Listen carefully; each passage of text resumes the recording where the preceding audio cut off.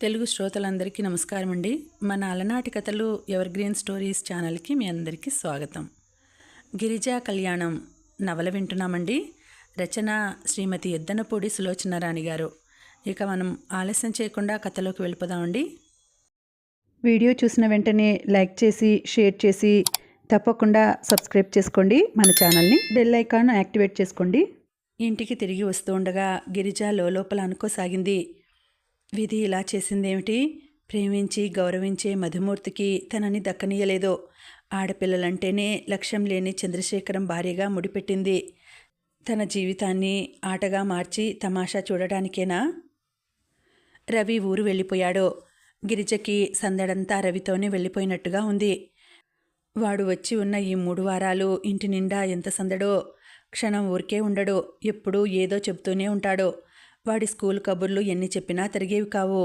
గిరిజకి రవి ఉత్సాహంతో చెబుతున్న ఆ మాటల కంటే వాడి ముఖంలో వెల్లివిరుస్తున్న ఆనందం ఎక్కువగా చూడబుద్ధి వేసేది. రవి ఉన్నన్ని రోజులు ఇద్దరూ సినిమాలని షికార్లని తిరుగుతూ బాగా గడిపారు. ఒకసారి రవి అడిగేశాడు, అక్క, బావగారు నువ్వు ఎప్పుడూ మాట్లాడుకోరేం? ఎందుకు మాట్లాడుకోం? నేనెప్పుడూ చూడలేదు. ఆయన అసలు మనతో ఎందుకు రాడు? ఎంతసేపు స్నేహితులతోనే ఉంటారేం? ఆయన అలవాటు ఆయనది. ఆయనని మనం తప్పుపట్టకూడదు, అవునా? అంది. రవి అవునన్నట్లు తల ఊపాడు.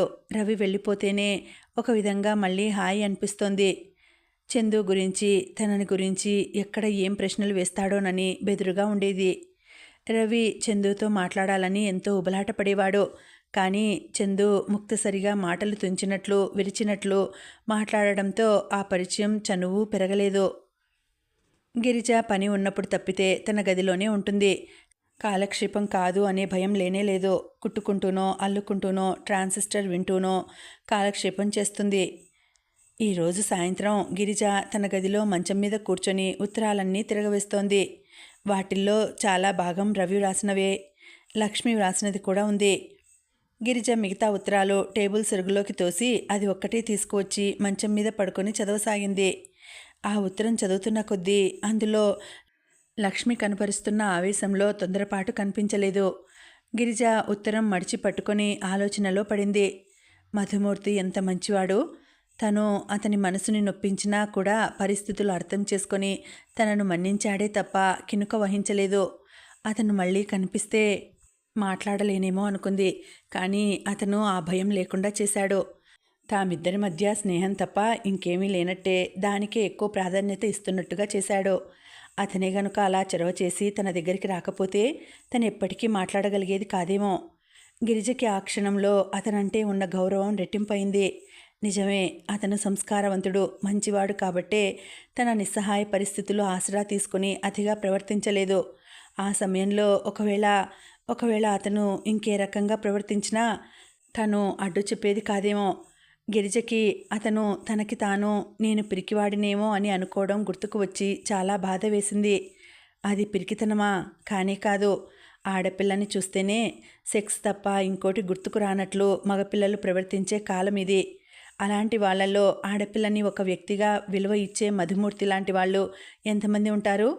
లోకం వాళ్ళని పిరికి వాళ్ళంటుందా? ఎంత పొరపాటు! మధుమూర్తి లాంటి వాళ్ళ దగ్గర ఏ ఆడపిల్లైనా నిశ్చింతగా తను తానుగా నిలబడుతుంది. ఆ ఉత్తరం పట్టుకొని ఆలోచిస్తున్న గిరిజకి ఇంతలో సాయన్న వచ్చి, అమ్మాయి గారు, ఎవరో మహిళా సంఘం వాళ్ళట వచ్చారు, తాతగారు మిమ్మల్ని పిలుస్తున్నారు అని చెప్పాడు. గిరిజ మంచం మీద నుంచి లేచింది. ఉత్తరం పుస్తకంలో పెట్టి మంచం మీద పడేసి లేచి వెళ్ళింది. క్రింద హాల్లో 6 డజను మందికి పైగానే ఆడవాళ్ళున్నారు. వాళ్ళందరూ గళ్ళవి, చారలవి, అంచులవి, చుక్కలవి పట్టుచీరలే కట్టారు. ఒంటి నిండా నగలు ఉన్నాయి. తలలో పూలు ఉన్నాయి. గిరిజని రాజగోపాలరావు గారు పరిచయం చేయగానే సెక్రటరీ లేచి నమస్కరిస్తూ తన మహిళా మండలిని గురించి పరిచయం చేసింది. ఆడవాళ్ళకి కుట్టు మిషన్లు పెట్టి నేర్పిస్తున్నాం. పిల్లలకి చదువులు చెప్పిస్తున్నాం. మా మండలిలో రామాయణ భారతాలు ప్రతిరోజు పఠిస్తాం. ఏదో ఉడతా భక్తిగా మాకు తోచిన సేవ చేస్తున్నాం అంది. గిరిజకి వాళ్ళని చూస్తుంటే సోషల్ వర్క్ ఒక హాబీగా పెట్టుకున్నట్లుగా తోచింది. అందులో ఒక ఆవిడ గిరిజ అనుమానం తీర్చేసింది. 10 అవగానే భర్త ఆఫీస్కి, పిల్లలు స్కూల్కి వెళ్ళిపోతారు. మా పని అయిపోతుంది. సాయంత్రం వరకు ఇంట్లో ఖాళీగా కూర్చోవాలి. ఒక్కళ్ళమే కూర్చుంటే విసుగు పుడుతుంది. నలుగురం కబుర్లకి కలిస్తే ఉన్నవి లేనివి వస్తాయి. అందుకని ఇదొక పని పెట్టుకున్నాం. మాకు ఇంకే కబుర్లకి ధ్యాస ఉండదు. అహర్నిశలు దీని గురించే యోచన. దేశంలో ఎప్పుడూ ఏవో సృష్టి విపరీతాలు జరుగుతూనే ఉంటాయి. మేం నిధులు, మందులు, బట్టలు ఏవి దొరికితే అవి సేకరించి పంపిస్తూ ఉంటాం. ఇప్పుడు మేము వచ్చిన పని ఏమిటంటే తుఫాను బాధితుల సహాయార్థం విరాళాలు సేకరిస్తున్నాం. మొదట మీ దగ్గరికే వచ్చాం. మీరు బోణీ పెద్దగా చేయాలి. అసలు సంగతి అది. గిరిజ, రాజగోపాలరావు గారు ముఖాలు చూసుకున్నారు. ఏదో తోచింది ఇవ్వమ్మా అన్నారాయన. అంటే ఎంతివ్వాలి? గిరిజ ఇబ్బందిగా చూసింది. అది గమనించి ఆయన వాళ్ళు చూడకుండా పేపర్ అడ్డం పెట్టి దాని చాటు నుంచి చేతివేళ్లు 3 చూపించారు. గిరిజకి అర్థమైంది. వెళ్ళి బీరువా తెరిచి 300 రూపాయలు తెచ్చి ఇచ్చింది. కనీసం 500 ఇస్తారనుకున్నాం. సర్లేండి, ఇది దానం, తోచింది ఇస్తారు, బలవంతం చేయకూడదు అంది డబ్బు తీసి మడత పెట్టి బ్యాగ్లో పెట్టుకుంటూ. వాళ్ళు వెళ్ళిపోయారు. వీళ్ళే కాదమ్మా, ఇంకా చాలామంది వస్తారు. ఈ మహిళా మండలి వాళ్ళు ఆఫీసర్ భార్యలైతే ఎక్కువగా, మధ్యతరగతి వాళ్ళైతే కాస్త తక్కువగా, ఇంకా క్రింద తరగతి వాళ్ళైతే ఏదో ఇచ్చాం అన్న పేరుగా, అలా డొనేషన్ కూడా మనం వారి స్థాయిని బట్టి ఇస్తుండాలి అన్నారాయన. గిరిజ నవ్వింది. ఈ డొనేషన్ ఇచ్చేవారి మనస్తత్వం ఒకటైతే పుచ్చుకునేవారిది ఇంకో రకంగా ఉంటుంది. మాలి వచ్చి తోటలో పని చేస్తున్నాడు. గిరిజ అతని దగ్గరికి వెళ్ళింది. కొత్తగా తెచ్చిన పూల కుండీలని ఎక్కడెక్కడ ఎలా పెట్టాలో చూపిస్తోంది. తోట ఎప్పుడూ రెడీమేడ్ గౌన్లా ఒకే విధంగా ఉంటే చూసి చూసి విసుగు వస్తుంది. మాలి, ఈ పూల కుండీలని, క్రోటౌన్స్ని ఎప్పటికప్పుడు కాస్త మారుస్తుంటే చూసేందుకు కొత్తగా హాయిగా ఉంటుంది. అలాగేనమ్మా, మీకు ఎలా ఇష్టమో చెప్పండి, అలాగే చేస్తాను అన్నాడు. ఈ గులాబీలు ఎందుకలా చిన్న పూలు పూస్తున్నాయి? వాటికి ఎరువు వేశాను. మొన్న నాకు జ్వరం వచ్చి 4 రోజులు రాలేదుగా, సాయన్న పోసిన నీళ్లు చాలలేదు. అలాగా. పైన చందు గదిలో మంచం మీద బద్ధకంగా అటు ఇటు పొర్లుతున్నాడు. అతను ఉదయం నుంచి ఇంట్లోనే ఉన్నాడు. ఒక్కొక్కసారి అంతే. స్నేహితులతో విసుగు వచ్చినప్పుడు తలుపులు బిగించుకుని ఇంట్లోనే ఉండిపోతాడు. ఇంట్లో ఉండి కూడా స్నేహితులు ఫోన్ చేస్తే సాయన్న చేత లేడనిపిస్తాడు. అప్పుడప్పుడు చందుకి ఈ జీవితం విసుగు వచ్చేస్తోంది. అది ఎందుకో అతనికే అర్థం కాదు. తను చేయాల్సిన పని ఏమీ లేనట్టుగా, తను ఎందుకు పనికిరానట్లుగా, తను అసలు ఎందుకు బ్రతుకుతున్నాడో అర్థమే లేనట్టుగా ఉంటుంది. ఊరికే కోపం వస్తుంది. అరగంట నుంచి పొర్లుతున్న అతను నిద్ర ఇక రాదన్నట్లుగా లేచి కూర్చున్నాడు. క్రింద తోటలో మాలితో కలిసి గిరిజ గొంతు వినిపిస్తోంది. అతను లేచి కిటికీ దగ్గరకు వచ్చి చూశాడు. పసుపచ్చ చుక్కలుండి ఎర్రటి జరీ బార్డరున్న చీర కట్టుకొని పట్టు తివాసిలా ఉన్న లాన్లో నిలబడి ఉంది. సాయంత్రం అయిందేమో. నీరెండ అక్కడున్న మొక్కల మీద, గిరిజ మీద పడి మెరుస్తోంది. క్షణంసేపు అతను గిరిజ వైపే చూశాడు. ఎప్పుడు చూసినా ఏదో ఒక పని చక్కబెడుతూనే ఉంటుంది. స్నేహితులు, సరదాలు, తిరుగుళ్ళు ఏమీ అవసరం లేదు. అలా ఎలా ఉంటారో. గిరిజని చూస్తున్న కొద్దీ అతని మనసులో ఆగ్రహం బుసలు కొట్టసాగింది. తను ఎన్ని చేసినా ఆ అమ్మాయిని ఇంట్లోంచి పంపించలేకపోయాడు. ఏం లాభం? అతనికి తన పరాజయం తననే పరిహసిస్తున్నట్లుగా అనిపించింది. గిరిజ ఆ ఇంట్లో ఒక నౌకరుగానో, తాతగారికి ఆయాగానో ఉండిపోతే తనకేం అభ్యంతరం లేదు. తనకి భార్యగా మాత్రం ఉండకూడదు. అలా ఉంటే ఎన్నో బాధలు. నిన్నటికి నిన్న సూరికి కొడుకు పుట్టాడు. బారసాల భోజనానికి రమ్మనమని పిలుపు. తాతయ్య గిరిజను తీసుకువెళ్ళమని ఒకటే సతాయింపు. చివరికి ఇష్టం లేకపోయినా గత్యంతరం లేక కలిసి వెళ్ళాడు. అక్కడ ఇక వాళ్ల పరాచకాలు, భోర్ ఇలాంటి గొడవలు ఇంకా చాలా ఎదురవుతాయి. తను పెళ్లి చేసుకున్నాడు. కానీ ఆ పెళ్లి దేనికి? భార్యతో కాపురం చేసేటందుకు కాదు, తాతయ్య పోరు తప్పించుకునేటందుకు. ఆ అమ్మాయితో రగడ చేసి వదిలించుకుంటే ఇక ఈ పెళ్లి పీడ శాశ్వతంగా తప్పిపోతుంది. ఒకసారి పెళ్లి ఇలా అధ్వాన్నం అయిన తర్వాత తాతయ్య కూడా ఆ సంగతి ఎత్తలేడు కదా అనుకున్నాడు. కానీ గిరిజ రాక్షసిలా వచ్చి అతని ఊహలన్నింటినీ తారుమారు చేసింది. నన్ను నీ జీవితంలోకి తెచ్చుకోవడం వరకే నీ వంతుగాని వెళ్ళగొట్టడం నీ తరం కాదు అన్నట్లుగా సవాలు చేస్తోంది. చందు ఏదైనా భరించగలడు గాని అపజయం మాత్రం భరించలేడు. చిన్నప్పటి నుంచి అంతే. ఎప్పుడైనా అతను పందెం కాసిన గుర్రం రేసులో ఓడిపోతే చెప్పలేనంత చిరాకు పడిపోతాడు. మళ్ళీ మళ్ళీ పట్టుదలగా పందెం కాసి గెలిచే వరకు ఊరుకునేవాడు కాదు. అలాంటి అతనికి గిరిజ ఒక కొరకరాని కొయ్య అయింది. చందు కిటికీ దగ్గర నుంచి యువతలకి వచ్చాడు. బాత్రూంలోకి వెళ్ళి ముఖం, కాళ్ళు, చేతులు కడుక్కున్నాడు. బట్టలు మార్చుకున్నాడు. అద్దం దగ్గరికి వెళ్ళి తల దూకున్నాడు. అతను గదిలోంచి యువతలకి వచ్చాడు. మెట్ల దగ్గరికి వెళ్ళాలంటే గిరిజ గది దాటి వెళ్లాల్సిందే. ఆ గది తలుపులు బార్లా తెరిచి ఉన్నాయి. ఒక్క క్షణం అతని పాదాలు అతని ప్రమేయం లేకుండానే ఆగినట్టుగా ఆగిపోయినాయి. ఇంతవరకు అతను ఎన్నడూ ఆ గదిలోకి అడుగు పెట్టనే లేదు. గిరిజ ఎక్కువ భాగం ఇక్కడే గడుపుతుంది.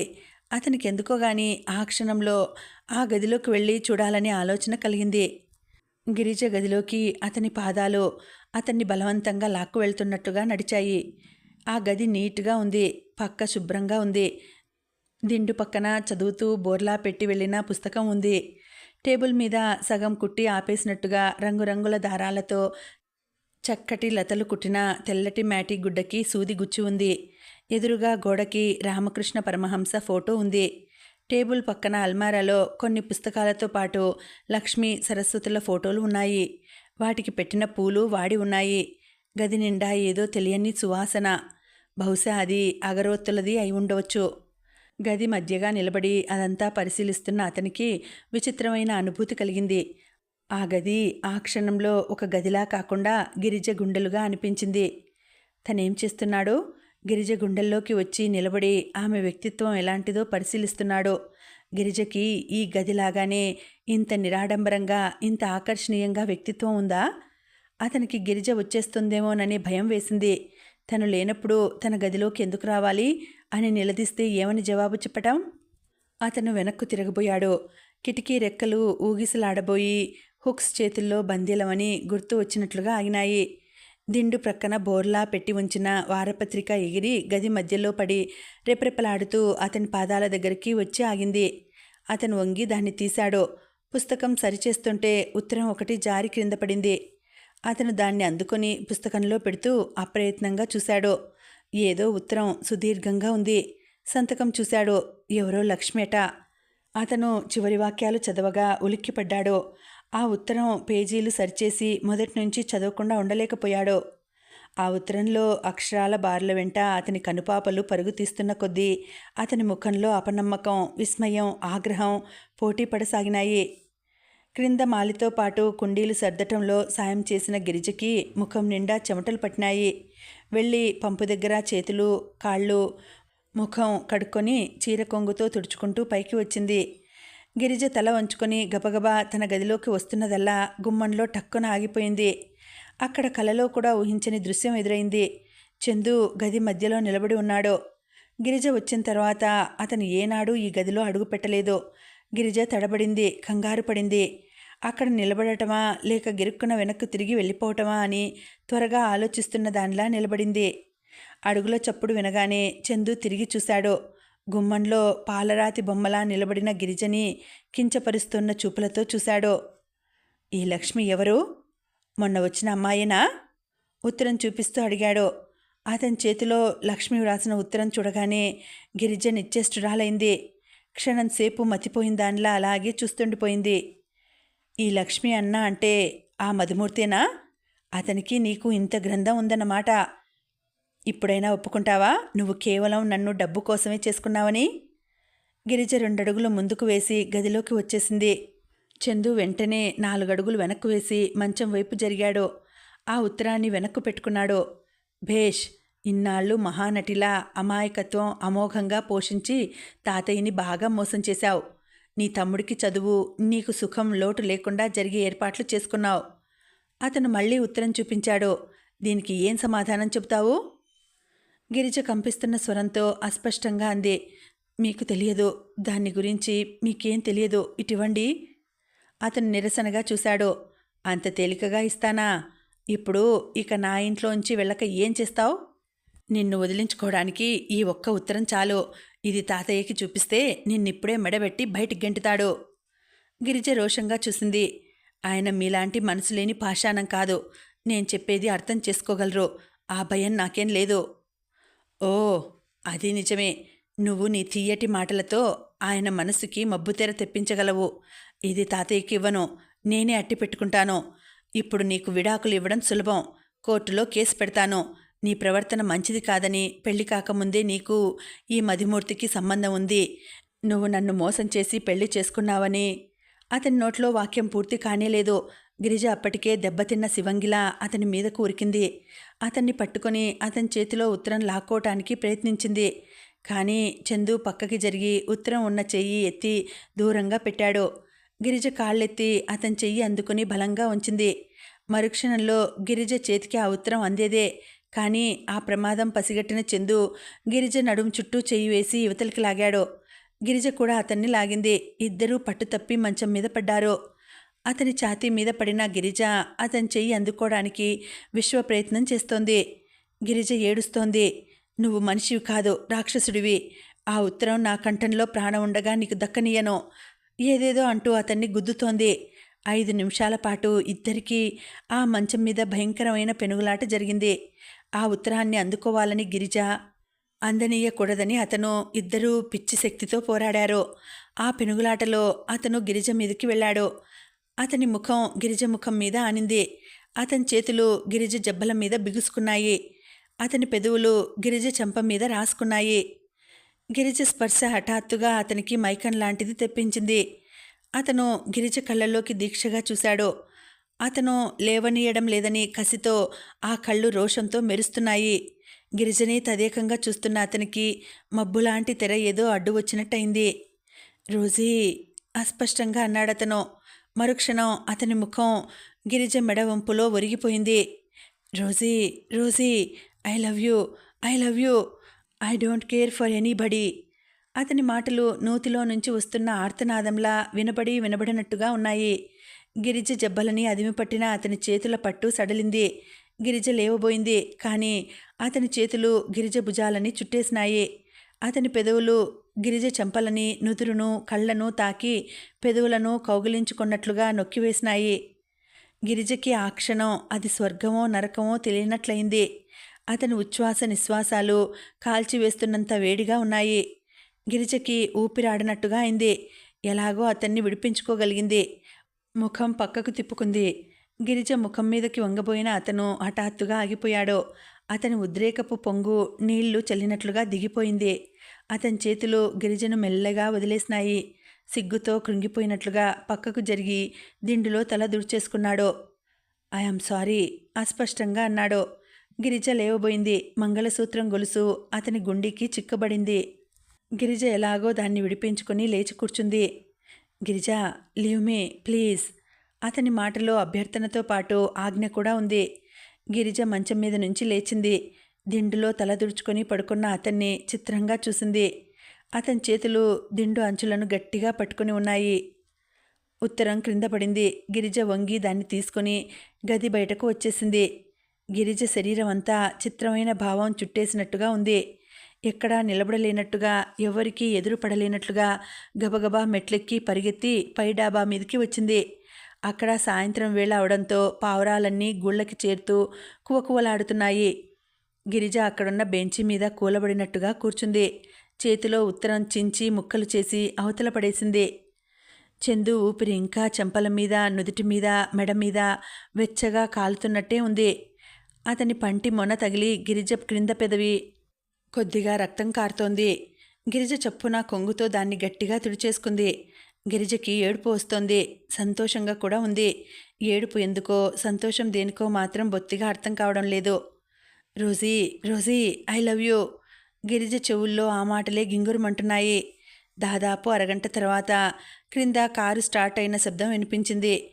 గిరిజ పిట్టగోడ కంతల్లోంచి తొంగి చూసింది. చందు ఎక్కిన కారు రివ్వున బాణంలా ఆ ఇంటి ఆవరణలో నుంచి వెళ్ళిపోయింది. గిరిజ నిట్టూర్చింది. ఎంతసేపటికి శరీరం, మనసు రెండూ సుడిగాలి లాంటి ఆ భావం నుండి ఇప్పుడిప్పుడే కాస్త తేరుకుంటున్నట్లు అనిపిస్తోంది. Rosie, I love you. Chandu మాటలే వెంటాడుతున్నాయి. రోజీ ఎవరు? గిరిజకి ప్రశ్నార్థకంగా అయింది. రోజీ గురించి ఈ ఇంట్లో ఎవ్వరూ ఎప్పుడూ చెప్పలేదే. గిరిజ ఆలోచనలో పడింది. రాజగోపాలరావు గారిని అడగాలి, ఆయన తప్పకుండా చెబుతారు అనుకుంది. ఆ రాత్రి పొద్దుపోయే వరకు మేనేజర్, ఫ్యాక్టరీ నుంచి వచ్చిన మరికొంతమంది వ్యక్తులు రాజగోపాలరావు గారితో మాట్లాడుతూ కూర్చుండిపోయారు. అందరూ వెళ్ళిన తర్వాత గిరిజ గదిలోకి వెళ్ళింది. ఆయన చాలా అలసటగా ఉన్నారు. సాయన్న తెచ్చిన హార్లిక్స్ వద్దని తిరస్కరించారు. గిరిజ కొద్దిసేపు ఆయన దగ్గర కూర్చుంది. ఆ కొద్దిసేపు ఆయన గిరిజకి కంపెనీ వ్యవహారాల గొడవే చెప్పారు.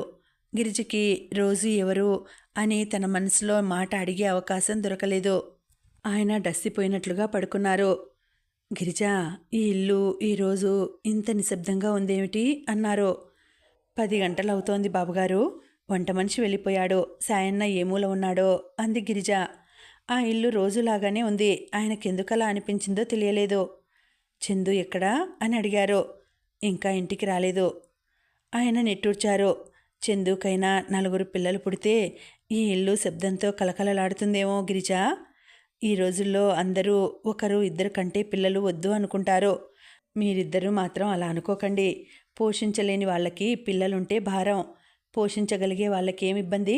4 పిల్లలు ఉన్న సంసారం కాయలతో వంగిన మామిడి చెట్టులా చూడముచ్చటగా ఉంటుంది. ఆయన కంఠం నిద్రమత్తుగా ఉంది.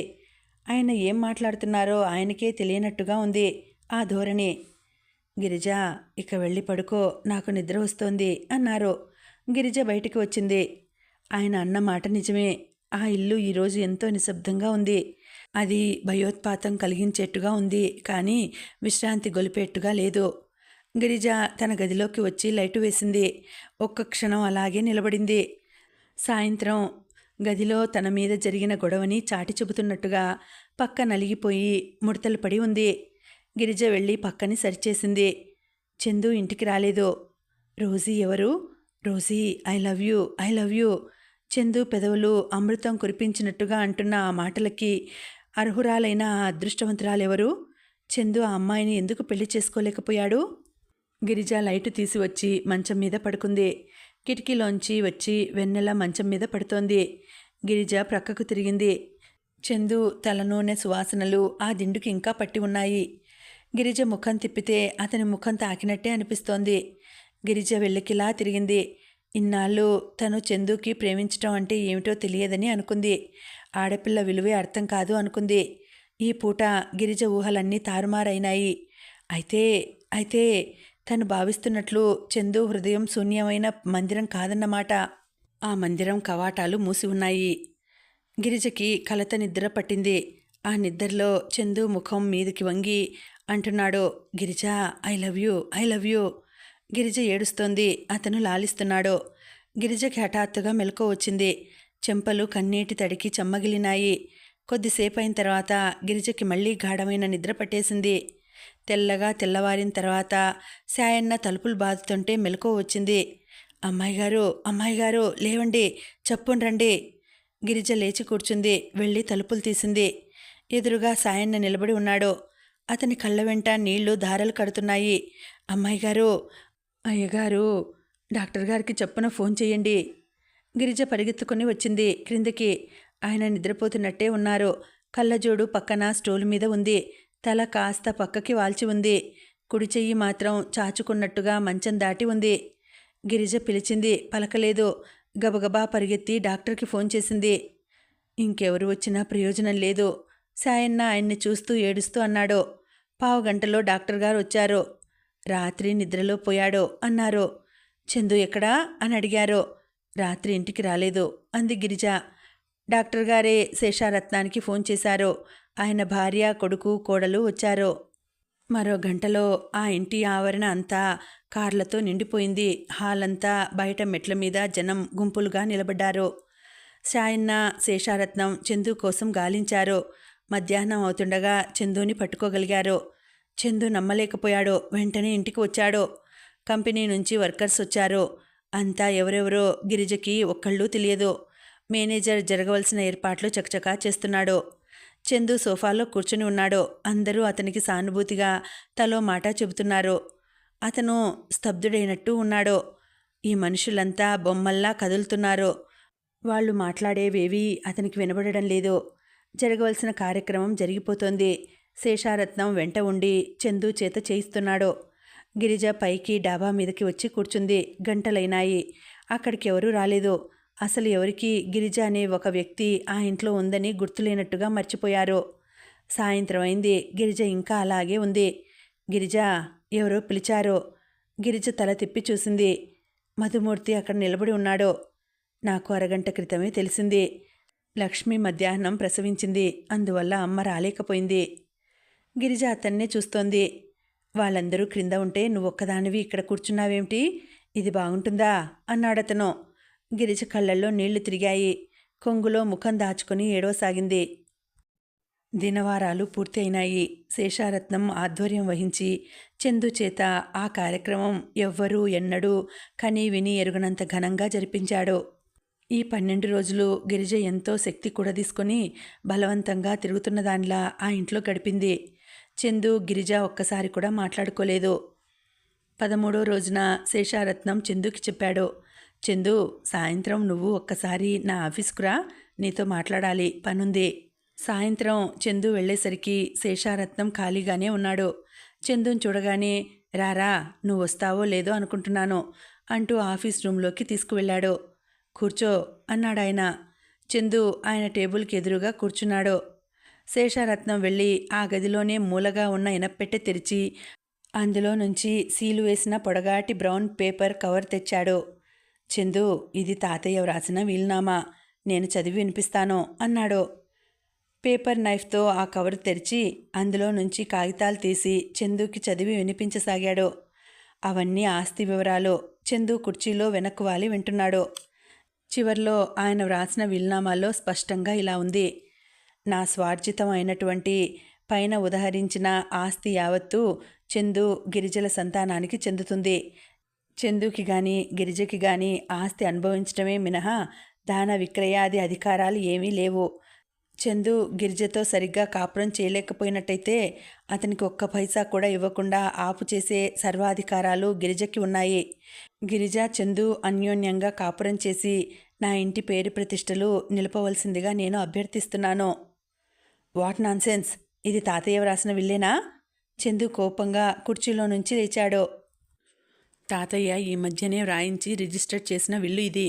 దీనికి నువ్వు ఏ కోర్టుకు వెళ్ళినా ఎదురు ఉండదు అన్నాడు శేషారత్నం గంభీరంగా. అంకుల్, తాతయ్య నన్నెందుకు ఇలా అన్యాయం చేశాడు? ఇందులో అన్యాయం ఏముంది? నీ జరుగుబాటుకి లోటేం లేదు.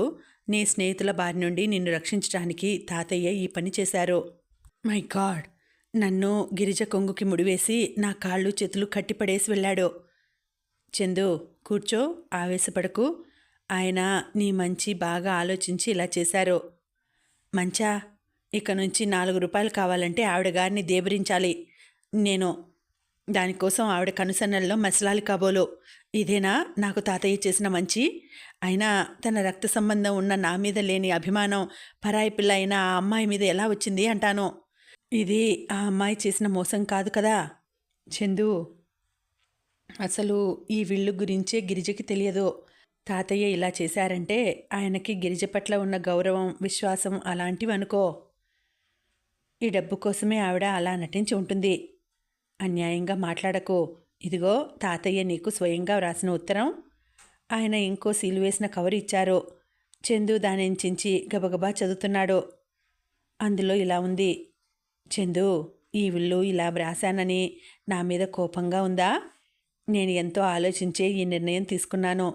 చందు, నువ్వు గిరిజ అన్యోన్యంగా ఉండాలని నా ఆకాంక్ష. మీ ఇద్దరి దాంపత్యపు పటంలో 4 పిల్లలు నట్టింట్లో తిరుగుతుంటే అది నాకు మనశ్శాంతి. చందు, నా ఈ కోరికని నువ్వు తప్పక తీరుస్తావని నమ్ముతాను. నా జీవితం ఎప్పుడు రైలు ఎక్కుతుందో నాకే తెలియకుండా ఉంది. బొత్తిగా ఒంట్లో బాగుండటం లేదు. మృత్యువు ఏ మంచం కింద పొంచి ఉందో, నన్ను ఎప్పుడు కబలించి వేస్తుందో అని భయంగా ఉంది. నాకు నీ గురించి తప్ప ఇంకేం దిగులు లేదు. చందు, నేను గిరిజని నీ భార్యగా చేయటంలో సరైన ఎన్నికనే చేశానని అనిపిస్తోంది. నేను వెళ్ళిపోయిన తర్వాత నువ్వు, గిరిజ అరమరికలు లేకుండా ఆస్తి విషయాలు చూసుకోండి. వంశ గౌరవం అంటే నాకెంత ప్రాణమో నీకు తెలుసుగా. గిరిజకి నేను ఆస్తి విషయాలు చూడటంలో బాగా తర్ఫీదిచ్చాను. తను నీకు సాయం చేస్తుంది. నువ్వు చక్కగా ఇవన్నీ చూసుకుని నా పేరు నిలబెట్టు. చందు, ఆఫ్టర్ ఆల్ జనన మరణాలంటే ఏమిట్రా? చిరిగి మాసిన చొక్కా లాంటి ఈ జీవితాన్ని వదిలి ఇంకో కొత్త చొక్కా తొడుక్కోవటమేగా. దీనికి దానికి మధ్య ఉన్న వ్యవధి 9 మాసాలు అనుకుంటాను. నేను నీకు బిడ్డగా పుట్టాలని ఉంది. నీ మెడ మీద పడి ఊగుతూ నీ చేతులలో పట్టి ఎగిరేస్తుంటే కిలకిలా నవ్వుతూ పెరగాలని ఉంది. అప్పుడు నాకు నువ్వు నా గురించే మా తాతయ్య ఇలా ఉండేవాడు అని చెబుతావేమో. ఈ ఊహ ఎంత బాగుంది కదూ. మళ్ళీ తప్పకుండా జన్మిస్తాను అనే నమ్మకం మృత్యుభీతి నుండి తప్పిస్తోంది. చందు, గిరిజ చాలా మంచి పిల్ల, అభిమానవంతురాలు. గిరిజ మనసు నొప్పించకు. ఇది నా ఆఖరి కోరిక. బాగా గుర్తుపెట్టుకుంటావని తలుస్తాను. సకల ఆశీస్సులతో తాతయ్య. చందు కళ్ళ వెంట నీళ్లు జారుతుండగా పై పెదవి కింద పంటితో నొక్కిపట్టి ఆ ఉత్తరం మడత పెట్టి కవర్లో పెట్టేశాడు. చందు, తాతయ్య కోరిక ఒకటేరా, నువ్వు భార్యాపిల్లలతో సుఖంగా హాయిగా ఉండాలని. అంకుల్, తాతయ్య కోరిక నెరవేర్చాలని ఉంది. కానీ ఏమిట్రా? రోజీకి ఆ వాగ్దానం చేయకపోతే తప్పకుండా అలాగే చేసేవాడిని. ఆ పేరు వినగానే శేషారత్నం ముఖం గంభీరంగా అయింది. చందు, నువ్వు ఇన్ని సంవత్సరాలు గడిచినా ఇంకా ఆ విషయం మర్చిపోలేదా? మర్చిపోవటమా? అతను ఒకసారి 2 చేతులు చూసుకున్నాడు. ఎలా మర్చిపోగలను? ఈ చేతులు చూసినప్పుడల్లా అది గుర్తు వస్తూనే ఉంటుంది. చందు, నువ్వు చాలా పొరబడుతున్నావు. నేను నీకు 1,00,000 సార్లు, 1,00,00,000 సార్లు చెప్పాను. నువ్వు రోజీని చంపలేదు. రోజీ మరణం కేవలం దైవికం. అందులో నీ బాధ్యత ఏమీ లేదు. No uncle, no. అలా అనుకుంటే నన్ను నేను మోసం చేసుకోవటమే అవుతుంది. ఆ రోజు చిత్తుగా తాగాను. రోజీ అంటూనే ఉంది, ఈరోజు నువ్వు నా ప్రాణం తీసేట్టు ఉన్నావని. అలాగే జరిగింది. అతని చేతులు గుప్పెళ్లుగా మారి మళ్ళీ తెరుచుకున్నాయి. తాతయ్యని నేను మోసం చేశానని గుర్తుకు వస్తే ఆయన చూపే ప్రేమకి నాకు అర్హత లేదనిపిస్తుంది. చందు కళ్ళల్లో నీళ్లు ఉబికినాయి. వేళ్లతో కళ్ళ మీద గట్టిగా నొక్కి తుడుచుకున్నాడు. I hate myself. Sesharatnam లేచి వచ్చాడు. చందు భుజం మీద చెయ్యి వేసి తట్టాడు. చందు, నువ్వు రోజీ సంగతి మర్చిపోనంతకాలం నీకు సుఖం ఉండదు. సుఖం నాకు అవసరం లేదంకుల్. నిన్ను నువ్విలా ద్వేషించుకోవటంలో అర్థం లేదు. తాతయ్య మీద నీకేమాత్రం అభిమానం ఉన్నా ఆయన ఆత్మ శాంతిగా ఉండాలంటే తాతయ్య కోరినట్టుగా నువ్వు గిరిజతో కాపురం చేయాలి. చందు చివుక్కున వెనక్కు తిరిగాడు. అతని కళ్ళు ఎర్రటి నీటి ఊటల్లా ఉన్నాయి. ఎలా సాధ్యం? రోజీని ప్రేమించిన నేను, రోజీకి మృత్యుముఖంలో నీకు తప్ప ఇంకెవ్వరికీ నా మనసులో స్థానం లేదని వాగ్దానం చేసిన నేను. చందు, రోజీని ప్రేమించావు, గిరిజని పెళ్లి చేసుకున్నావు. దానికి దీనికి ఏం సంబంధం? అది మీ కాపురానికి అడ్డు ఎందుకు రావాలి? చందు చిత్రంగా చూశాడు. గిరిజని ప్రేమించకుండా భార్యగా దగ్గరకు తీసుకోవటం ఎలా? అదిగో, నువ్వు మళ్ళీ ప్రేమను పెళ్లిని కలిపేస్తున్నావు. చందు, ప్రేమ వేరు, పెళ్లి వేరు. నన్ను చూడు, నా పెళ్ళి అయ్యి 35 సంవత్సరాలవుతోంది. నా భార్యని నేనేం ప్రేమించలేదు. పెళ్లి చేసుకున్నాను, కాపురం చేస్తున్నాను, పిల్లలు పుట్టారు, అంతే. అలా ఎలా? అయితే మీరు చేసుకున్నది పెళ్ళే కాదు. మనసులో ప్రేమ లేకుండా భార్యతో ఎలా కాపురం చేస్తారు? ఒకవేళ ఎవరైనా అలా చేసినట్టయితే వాళ్ళు మనుషులు కాదన్నమాటే. పశువులకి మనుషులకి తేడా ఉండాలి కదా అంకుల్. శేషారత్నం చెల్లున కొరడా దెబ్బ తగిలినట్టు వెనక్కు తగ్గాడు. సమాధానం చెప్పలేనట్టు చూశాడు. యువతలికి వచ్చి టేబుల్ దగ్గర కూర్చున్నాడు. ఫైల్స్ సరిచేసుకోసాగాడు. గిరిజకి ఈ విల్లు గురించి తెలుసా? చందు దగ్గరకు వస్తూ అడిగాడు. తెలియదు, తెలియాల్సిన అవసరం కూడా లేదు. నేనిక వెళ్తాను. ఏం నిర్ణయించుకున్నావు? ఏ విషయంలో? గిరిజ సంగతే. చందు, తాతయ్య నిన్ను ఎంతో ప్రేమించాడు. కనీసం ఆయన కోసమైనా, ఇంటి పరువు ప్రతిష్టల కోసమైనా నువ్వు గిరిజతో సఖ్యంగా ఉండాలి. ప్రేమ లేని పెళ్ళి పశుత్వం అనుకుంటే గిరిజని ప్రేమించడం నేర్చుకో. ప్రయత్నిస్తానంకుల్. తాతయ్య కోసం, ఇంటి పరువు ప్రతిష్టల కోసం నేను తప్పకుండా ప్రయత్నిస్తాను అస్పష్టంగా అన్నాడతను. చందు వెళ్ళిపోయాడు. శేషారత్నం ఆలోచనలో పడిపోయాడు. మనసులో ప్రేమ లేకుండా భార్యతో కాపురం చేస్తే వాళ్ళు మనుషులు కాదన్నమాటే. పశువులకి మనుషులకి తేడా ఉండాలి కదా. శేషారత్నానికి తాను భార్యతో కాపురం చేసిన సంవత్సరాలు గుర్తుకు వచ్చినాయి. పెళ్ళైనప్పటి నుంచి పోట్లాటే. ఒకరి పట్ల ఒకరికి చిరాకే. తన అభిప్రాయాలేమిటో ఆవిడకి అర్థం కావు. ఆవిడ స్వభావం తనకి నచ్చదు. అయినా 35 సంవత్సరాలు కలిసి గడిపారు. సంసార వృక్షం పెంచి పెద్ద చేశారు.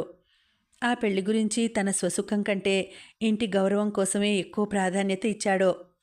కానీ ఇప్పటి తరం వేరు. వాళ్ళకి మొదట స్వసుఖం గురించి ఆలోచన ఉంటుంది. దానికే ప్రాధాన్యత ఇస్తారు. తర్వాతనే మిగతావన్నీ. చందు ఇంటికి వచ్చాడు. అతని జేబులో తాతయ్య రాసిన ఉత్తరం ఉంది. అది ఇప్పటికీ 10 సార్లైనా చదివి ఉంటాడు. తాతయ్య డబ్బు మీద అధికారం గిరిజకిచ్చాడనే బాధ అతనికి రవంత కూడా లేదు. డబ్బుని ఏనాడు అతను లక్ష్య పెట్టడు. ఈ ఆస్తి లేకపోతే ఎక్కడైనా ఉద్యోగం చేసుకొని బతకవచ్చు, కానీ వెళ్ళిపోవటానికి కూడా వీలు లేకుండా చేశాడాయన. తను గిరిజని వదిలేస్తే లోకం నవ్వుతుంది, ఇంటి పరువు రచ్చకెక్కుతుంది, నలుగురిలోనూ వంశం నవ్వుల పాలవుతుంది. వంశ ప్రతిష్ఠ అంటే తాతయ్యకి ఎంత ప్రాణమో అతను ఎరుగనిది కాదు. ఆ వంశ ప్రతిష్ఠ కోసమే తాతయ్య గుండెలు పగిలిపోకుండా ఉండేందుకే రోజీ మరణించగానే తను సరాసరి పోలీసులకి చెప్పి పట్టుబడతానంటే శేషారత్నం వెనక్కి లాగాడో. ఆ రోజు రాత్రి 11 గంటల వేళ శేషారత్నం ఆవేశంతో తన మీద విరుచుకుపడుతూ అన్న మాటలే గుర్తుకు వచ్చాయి. ఏమిటి, పోలీసుల దగ్గరకు వెళ్ళి ఈ అమ్మాయిని నేను చంపానని చెప్పేస్తావా? చందు, నీ ఒంటి మీద తెలివి ఉండి మాట్లాడుతున్నావా? తాతయ్య సంగతి ఆలోచించావా? ఈ వార్త విని ఆయన బ్రతికి ఉండగలడని అనుకుంటున్నావా? ఇంతకంటే వెళ్ళి ఆయన కంఠం పిసికి చంపు. చందు టేబుల్ మీద తలదించుకొని కూర్చున్నాడు. అంకుల్, నేనేం చెయ్యను, నిస్సహాయంగా అన్నాడు. నోరు మూసుకొని కూర్చో, మాట్లాడకు, అంతా నేను చూసుకుంటాను. ఇంతలో ఫోన్ గణగణా మోగింది. ఆయన తీశారు. హలో. అవతల గొంతు వినగానే ఆయన ముఖం ప్రసన్నమైంది.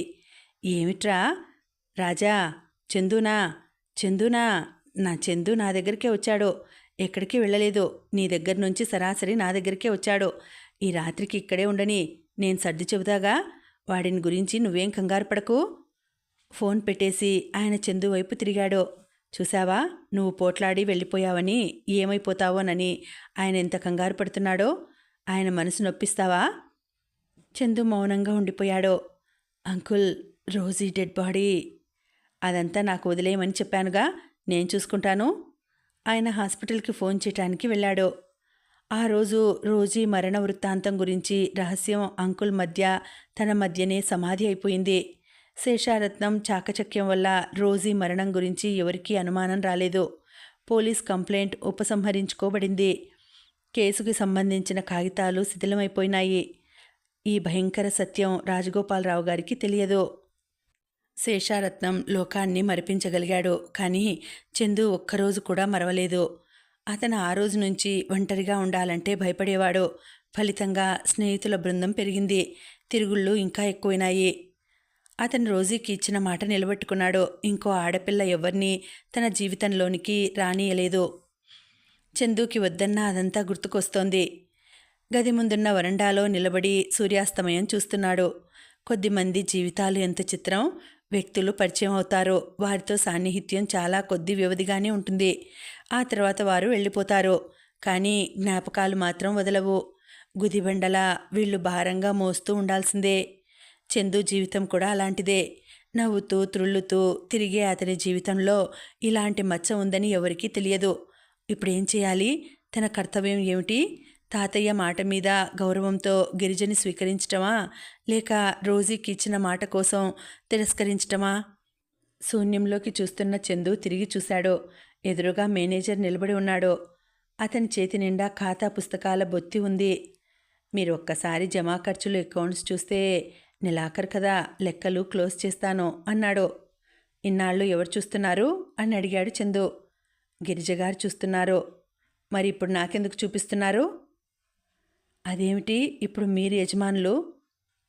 యజమానులు ఎవరైనా ఈ ఇంట్లో ఎప్పుడూ జరిగే పద్ధతుల్లో ఏ చిన్నదానికి మార్పు ఉండదు. వెళ్ళండి, వెళ్ళి గిరిజకు చూపించండి. సరే, అతను వెళ్ళబోయాడు. ఆగండి అన్నాడు. మేనేజర్ ఆగాడు. ఆ పుస్తకాలు అక్కడ పెట్టండి, అవి గిరిజకి నేనే ఇస్తాను. సరే, మేనేజర్ అక్కడ పెట్టి వెళ్ళిపోయాడు. చందు వెనక నుంచి పిలిచాడు. శాయన్నతో గిరిజని ఇక్కడికి రమ్మన్నానని చెప్పండి అన్నాడు. మేనేజర్ మరొకసారి చందు వంక దీర్ఘమైన చూపు విసిరి వెళ్ళిపోయాడు. ఆ చూపుకి అర్థం ఏమిటో చందుకి బాగా తెలుసు. ఇంట్లో నౌకర్లు ఉంటే యజమానుల స్వవిషయాలన్నీ వాళ్ళకి బాగానే తెలుస్తాయి. గిరిజ చందుల మధ్య అన్యోన్యత లేదని ఆ ఇంటి నౌకర్లకందరికీ తెలుసు. ఈ 10 రోజులు భార్యాభర్తలిద్దరూ మాట్లాడుకోని సంగతి తీరుబడి దొరికినప్పుడల్లా చిలువలు పలువలుగా నౌకర్లు చెప్పుకుంటూనే ఉన్నారు. 10 నిమిషాల తర్వాత శాయన్న వచ్చాడు.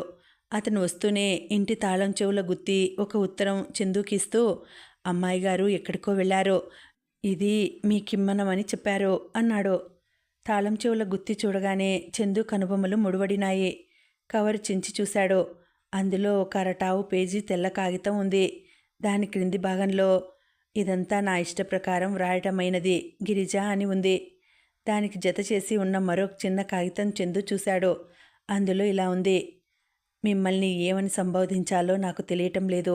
తాతయ్య మరణంతో ఈ ఇంటికి నాకు ఉన్న అనుబంధం తెగిపోయింది. నేను వెళ్ళిపోతున్నాను.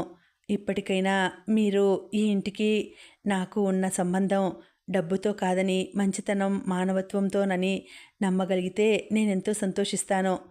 దీనితో సంతకం చేసిన తెల్ల కాగితం జతపరుస్తున్నాను. దాని మీద విడాకుల కోసం మీ ఇష్టం వచ్చిన పద్ధతిలో రాసుకోండి. గిరిజ. అది చదవటం పూర్తి అయ్యేసరికి చందు ముఖంలో రక్తం అంతా పొంగి వచ్చినట్టయింది. అతని కలలో కూడా ఊహించనిది జరిగింది. గిరిజ మళ్ళీ ఇంకోసారి తనని చిత్తుగా ఓడించి మహారాణిలా టీవీగా వెళ్ళిపోయింది. అతను చాలాసేపు అయిన తర్వాత గిరిజ గదిలోకి వచ్చాడు. ఆ గది అలంకరణ అంతా అలాగే ఉంది. కానీ టేబుల్ మీద ఎంబ్రాయిడరీ చేసే మ్యాటి క్లాత్ లేదు. గోడకి రామకృష్ణ పరమహంస ఫోటో కూడా లేదు. అల్మారాలో లక్ష్మీ సరస్వతుల ఫోటోలు ఉండే చోట ఖాళీగా ఉంది. గిరిజ, నువ్వు ఇంత ఆలోచించి ఈ నిర్ణయానికి వచ్చావని అనుకుంటే ఇక చెప్పేదేముంది, అలాగే కానీ అన్నాడు మధుమూర్తి. ఇద్దరూ హోటల్లో కూర్చుని ఉన్నారు. వాళ్ళు అక్కడికి వచ్చి చాలాసేపు అయిందని అక్కడ ఖాళీగా ఉన్న కాఫీ కప్పులే చెబుతున్నాయి. గిరిజ 4 గంటలు అవుతుండగా అతని ఇంటికి వచ్చింది. ఆ సమయానికి వరమ్మ ఇంట్లో లేదు. నీతో పనుంది, మాట్లాడాలి, నాతో రా అంది. మధు ఏం పని అని అడగలేదు. వెంటనే చెప్పులేసుకుని బయలుదేరి వచ్చాడు. ఇద్దరూ నడుచుకుంటూ వెళ్ళారు. గిరిజ పచ్చగడ్డిలో కూర్చుంది. కూర్చో అంది గిరిజ. మధుమూర్తి కూర్చున్నాడు. గిరిజ తను చంద్రశేఖర్ని వదిలేసి వచ్చినట్టుగా చెప్పింది. మధు తెల్లబోయాడు. గిరిజ క్లుప్తంగా పెళ్ళైనప్పటి నుండి ఇద్దరి మధ్య ఏర్పడిన భేదాభిప్రాయాల గురించి చెప్పింది. నేనిన్నాళ్ళు రాజగోపాలరావు గారి మనసు బాధ పెట్టలేక ఆ నరకం సహించాను. ఇప్పుడు ఆ ఇంట్లో ఉండాల్సిన అగత్యం నాకు లేదు. ఆ సంబంధం వదిలించుకొని వచ్చేస్తాను అంది. గిరిజ, ఒకసారి ముడివడిన సంబంధం, వివాహ బంధం వదిలించుకోవడం అంత సులభం అని అనుకుంటున్నావా అన్నాడు మధు. పచ్చగడ్డి వేళ్లతో లాగుతున్న గిరిజ రోషంగా తలెత్తి చూసింది. ఎందుకు కాదు? తెలుసో తెలియకో ఆడపిల్ల తనకి అనువు కాని పెళ్లిలో చిక్కుపడుతుందనుకో, పొరపాటు తెలుసుకున్న తర్వాత జీవితం చక్కదిద్దుకోకూడదా? జీవితాంతం దాన్నే భరిస్తూ ఏడుస్తూ కూర్చోవాలా? అది కాదు గిరిజ. మరి పాతకాలం వాళ్ళలా మాట్లాడకు మధు. వివాహం అంటే నాకు ఎంత పవిత్రమైన భావం ఉందో నీకు తెలుసు. కానీ పరిస్థితులు అలా వచ్చాయి. ధైర్యంగా చేసిన తప్పుని చక్కదిద్దుకోవాలని అనుకోవటం తప్పు కాదుగా.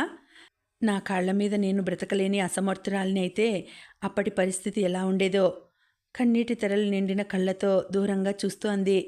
నీకు తెలియదు, చంద్రశేఖర్ అంటే నాకెంత ఇష్టమో. అతనితో కలిసి ఉండి ఘర్షణ పడుతూ అసహించుకునే కంటే విడిపోయి దూరంగా ఉండి గౌరవించటమే మంచిది అనుకున్నాను. అందుకే ఈ నిశ్చయం తీసుకున్నాను. నిజమే, కానీ లోకాన్ని ఎట్లో దూకని మధు. ఈ లోకాన్ని మనం ఎంతవరకు గౌరవించాలో, ఎంతవరకు అది పెట్టిన ఆంక్షలన్నీ భరించాలో మనకు తెలిసి ఉండాలి. నాకు తెలుసు, చంద్రశేఖర్ని నేను వదిలేశానని అంటే ఈ లోకం నన్ను పిచ్చిదాన్నని అంటుంది. భర్తని వదిలేసిన ఆడది అంటూ హీన దృక్కులతో చూస్తుంది. కానీ నాకేం భయం లేదు. నేను వాటన్నింటికీ సిద్ధమయ్యే ఉన్నాను. మధుమూర్తి జవాబు చెప్పలేనట్టుగా చూడసాగాడు. గిరిజ కంఠం ఆవేశంతో పదునెక్కింది. ఈ పెళ్లి పేరు చెప్పి తరతరాలుగా ఆడపిల్లలకి పిరికితనం నూరిపోస్తూనే ఉంది ఈ సంఘం. ఒక భార్యని కాదని మగవాడు ఇంకో భార్యని తన జీవితంలోకి తెచ్చుకున్నంత సునాయాసంగా ఆడపిల్ల మాత్రం ఎందుకు చేయకూడదు? ఈ నీతి శాస్త్రాల బరువు బాధ్యత ఆడపిల్ల భుజాల మీదనే పడేసి మగవాడు స్వేచ్ఛగా ఉంటున్నాడు. మధు, తరాలు మారిపోతున్నాయి. ఆడపిల్ల వ్యక్తిత్వంలో, చదువులో, ఆర్థిక స్వాతంత్ర్యంలో మగవాడికి ఏమాత్రం తీసిపోని రోజులు వచ్చినాయి.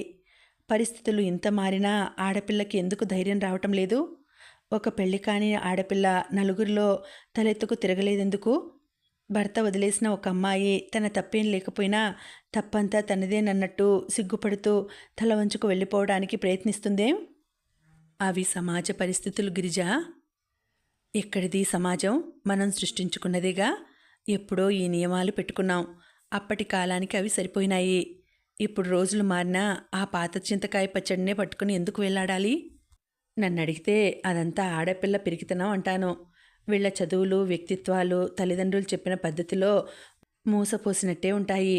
ఎంత చదువు చెప్పించినా 25 దాటినా ఇంకా తల్లిదండ్రులే కట్నం పోసి వరుణ్ణి వెతికి తీసుకురావాలి. తన కాళ్ల మీద తను నిలబడేందుకు అవకాశాలున్నా అమ్మా నాన్నల చాటున ఆకుచాటు పిందెలా బ్రతకాలని చూస్తారు.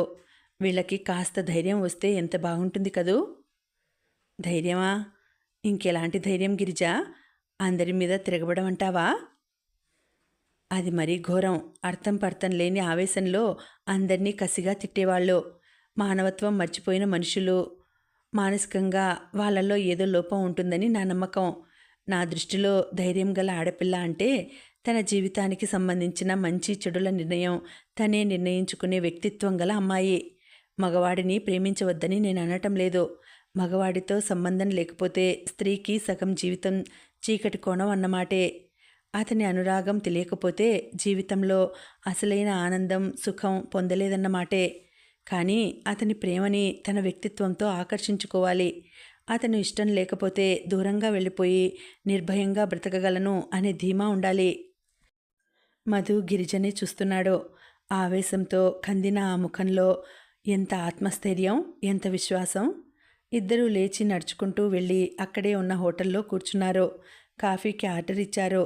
మధుమూర్తి గిరిజ చేసుకున్న నిర్ణయం గురించి వాదించాడు, తర్కించాడు. చివరికి అతనే ఓడిపోయాడు. గిరిజ అభిప్రాయం మారలేదు. ఇప్పుడు మరి ఎక్కడుంటావు అన్నాడు. భయపడకు, నీ ఇంటికి రానులే. అతను గాయపడినట్టుగా చూశాడు. నువ్వు వస్తే నిజంగా నాకు అంతకంటే ఆనందం ఇంకేదీ ఉండదు. అప్పుడు నువ్వు ఒంటరిగా కాకుండా నీతో కలిసి నేను కూడా ఈ సంఘంతో పోట్లాడతాను. గిరిజకి అతని మాటలు అర్థమైనాయి.